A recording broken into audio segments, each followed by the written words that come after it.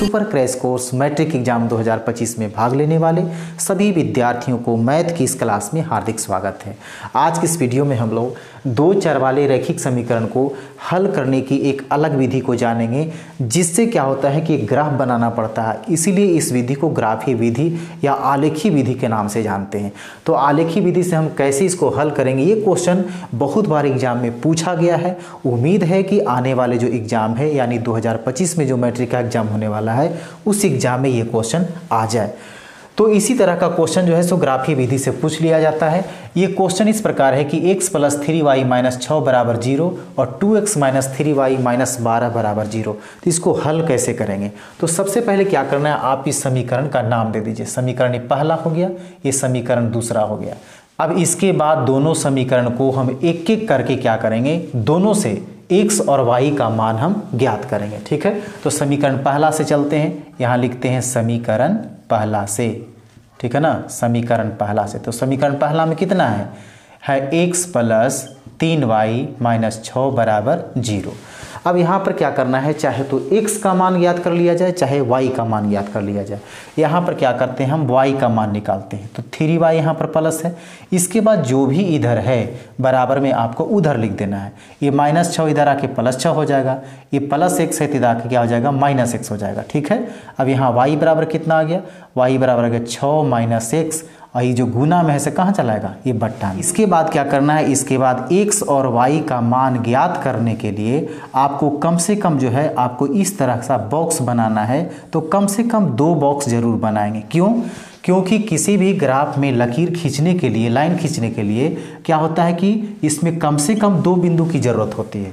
इससे ज़्यादा आप बना सकते हैं, ज़्यादा बॉक्स लिख सकते हैं x और y का मान रखने के लिए, लेकिन कम से कम 2 बिंदु होना बहुत ज़रूरी है। तो इसमें क्या करेंगे, अब यहाँ पर जो है ना x का मान ऐसा रखेंगे कि इसको सरल करने पर जो है सो पूरा का पूरा संख्या प्राप्त हो, ताकि जब पूरा का पूरा संख्या प्राप्त होगा तो आपको ग्राफ खींचने में बिल्कुल आसानी होगा। ठीक है, अब यहाँ पर देखते हैं x की जगह पर हम कितना रखें। आप 0 रख सकते हैं, माइनस में रख सकते हैं, प्लस में रख सकते हैं। ठीक है ना, तो यहाँ पर यदि हम मान लीजिए कि 0 रखें, या मान लीजिए कि हम यहाँ पर 3 रखें। ठीक है ना, चलिए यहाँ पर रख लेते हैं 3। ठीक है ना, x से पर कितना रखें, 3। देखिए यहाँ पर रख करके बताते हैं, 6 माइनस यहाँ x से पर 3 रखें और बट्टा में है 3। तो 6 में से 3 का कितना बचेगा, 3, और बट्टा में कितना, 3। तो 3 एकम 3, यानी जब x से पर 3 रखे हैं तो y बराबर कितना आया, 1 आया। यहाँ पर 1 लिख दिया। अब इसके बाद क्या करेंगे, अब दूसरा मान रखेंगे। ठीक है, देखिए यहाँ पर क्या, मान लीजिए कि यहाँ पर 0 रख दिया, 6 माइनस कितना, यहाँ पर 0 रखा x से पर, तो बट्टा में कितना हो गया, 3। तो यहाँ पर बचा 6 और 3, तो 3 दूना कितना हो गया, 6। तो x से पर हमने क्या रख दिया, 0 रखा, तो ये कितना आया, y बराबर 2 आया। यदि इसके अलावा आप और कोई संख्या रख सकते हैं, कोई जरूरी नहीं कि जो हम रख रहे हैं वही आपको रखना है। इसके अलावा आप दूसरा भी रख सकते हैं, जैसे मान लीजिए कि माइनस में रखना है तो यहाँ पर 6, लेकिन ध्यान देना है कि इसको सरल करने पर 3 से वो कट जाना चाहिए। जैसे यहाँ पर माइनस में रखना है तो यहाँ पर माइनस, तो ये दिया हुआ है।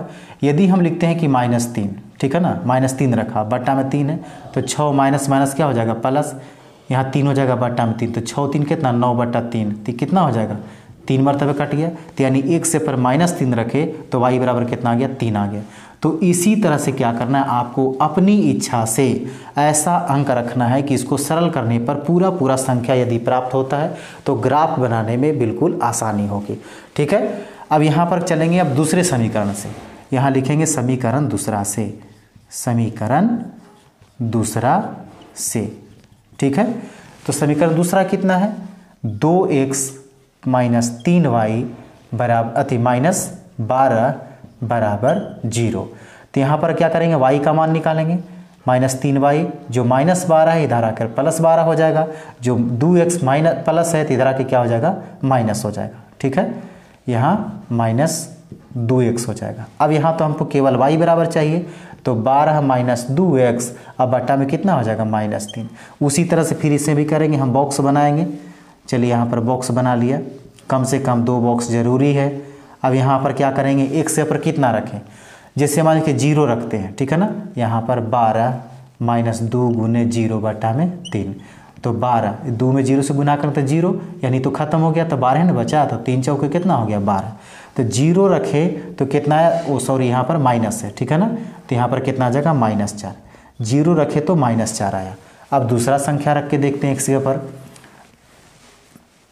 अगर मान लिया जाए x जगह पर हमने यहाँ 3 रखा, ठीक है, तो 12 - 2 गुने 3 बट्टा में -3, तो 12 का 12 और 3 दूना कितना 6 बट्टा में -3, तो 12 में से 6 हो गया 6 बट्टा में -3 कितना हो गया -2। यानी x जगह पर हमने रखा 3 तो y के ऊपर कितना आ गया -2। ठीक है, अब इसी को क्या करना है, इसी को हमको ग्राफ पर बना देना है। ठीक है, के बाद दोनों समीकरण से जो रेखा खींची जाएगी वो कैसे खींचेंगे, तो सबसे पहले क्या करेंगे, समीकरण पहला को देखेंगे, इससे मान जो आया है इसका मान क्या करेंगे, उसमें हम पहले खोजेंगे कि x बराबर 3 तो y बराबर 1। तो x पर 3 कहाँ है, x जो अच्छा है इस पर 3 कहाँ है, तो इधर माइनस है इधर प्लस है, तो x पर तो +3 है यानी +3 पर जाना है। ठीक है, x पर +3 पर गए, y के सामने 1 होनी चाहिए, तो y कौन है प्लस में 1 है, तो y प्लस में 1 ऊपर है, तो इसके ऊपर जाएंगे कहाँ 1 के सामने, क्योंकि y बराबर 1 दिया हुआ है, तो यहाँ 1 के सामने जाएंगे, तो यहाँ पर देखिए यहाँ हो गया x पर 3, तो पहले बिंदु लिखना है x वाला को, तो x वाला 3 और y वाला कितना है 1 है, तो 3,1 हो गया। अब इसके बाद दूसरा बिंदु लिखेंगे 0, कितना 0 और 2 है। ठीक है ना, यहाँ x पर 3 था y पर 1 था, यहाँ x पर 0 है y पर 2 है, तो x पर 0, तो x पर 0 कहाँ है, यहाँ है। ठीक है, यहाँ से चलेंगे कहाँ जाना है y के तरफ, तो y की तरफ जाना है प्लस तरफ 2 जाना है, इधर जाएंगे प्लस ऊपर है ना, अगर माइनस का था तो नीचे जाते, तो ये x पर 0, यहाँ से चलना y तरफ कहाँ 2 पर जाना है, यहाँ 2 पर पहुँच गए। कितना x पर पहले लिखाएगा x वाला फिर लिखाएगा y वाला। ठीक है ना, तो y वाला कितना 2 है, x वाला था 0। अब ये दोनों बिंदु प्राप्त हो गया। ये दोनों बिंदु को क्या करना है, आपको ऐसे स्केल रखेंगे और दोनों बिंदु को मिलाएंगे। ठीक है, यहाँ से इस दोनों बिंदु को ऐसे खींचेंगे। अब देखिए कहाँ जाता है, आपको सीधे ऐसे मिला देना है। ठीक है, आपको ऐसे सीधे ऐसे खींच देना है, खींच दिया। अब यहाँ पर क्या करेंगे, ये बिंदु यहाँ पर इसका था, ये बिंदु यहाँ पर था, देखिए 6 पर जा रहा है ना। अब इसके बाद दूसरा लकीर को देखेंगे, दूसरा रेखा कहाँ से खींचा जाएगा, समीकरण दूसरा से x पर 0 तो y पर -4, x पर जाइए 0 तो y पर -4, तो y ऊपर में प्लस नीचे में माइनस, तो -4 पर जाना है, तो 0 से कहाँ आ रहे हैं -4 पर, तो यहाँ आया ना, यहाँ आया, तो इसका नाम क्या लिखेंगे, x वाला पहले लिखा था, x वाला 0 और y वाला कितना -4, यही है ना, x पर 0 y पर -4, ये बिंदु को लिख दिया हमने। अब इसके बाद दूसरा बिंदु क्या है, दूसरा है 3, 2, x पर 3 तो y पर -2, x पर 3, x पर यहाँ देखिए 3, इधर तो माइनस है प्लस वाला यहाँ है, y पर -2, तो -2 का मतलब नीचे आना है, तो नीचे आ रहे हैं 3 के सामने आएंगे नीचे, यहाँ पर -2 के सामने देखिए यहाँ पर आ रहा है ना, इस तरह से बिंदु कहाँ गया, यहाँ पर आया।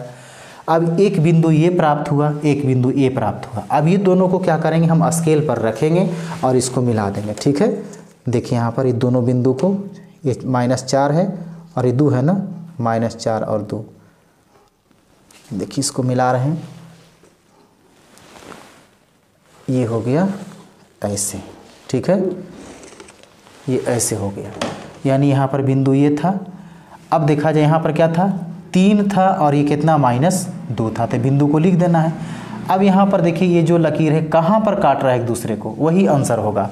यहाँ से जा रहा है 6 पर कटा, इधर भी गया तो कहाँ कटा 6 पर कटा। ठीक है ना, तो जब कट रहा है जिस बिंदु पर, उस बिंदु का नाम यहाँ लिखना पड़ेगा। x पर कितना पर कट रहा है, x पर यहाँ 6 पर कटा, तो x वाला बिंदु पहले लिखेंगे। अब y खोजना है, तो यहाँ से y पर चाहे ऊपर जाइए चाहे नीचे, तो ऊपर भी नहीं गया और नीचे भी नहीं गया, तो किसके सामने आके रुक गया, 0 के सामने, यानी y के यहाँ पर क्या हो गया 0 हो गया। अब यही जो है सो आंसर हो गया। ठीक है, लेकिन करना क्या है, सबसे पहले अब इसको जो है लकीर जो खींचे हैं ना, जो लाइन खींचे हैं, उस समीकरण का नाम उस पर लिख देना है। ये किसका लकीर है, कौन समीकरण का है, तो समीकरण पहला का। कितना है, x + 3y - 6 बराबर 0। तो जहाँ पर आपको जगह मिलेगा, ठीक है ना, देखिए ऐसे है, आप इधर भी लिख सकते हैं, तो यहाँ पर लिख देते हैं, जहाँ जगह मिलेगा वहाँ पर लिख देना है x + 3y - 6 बराबर 0। ये हो गया ना।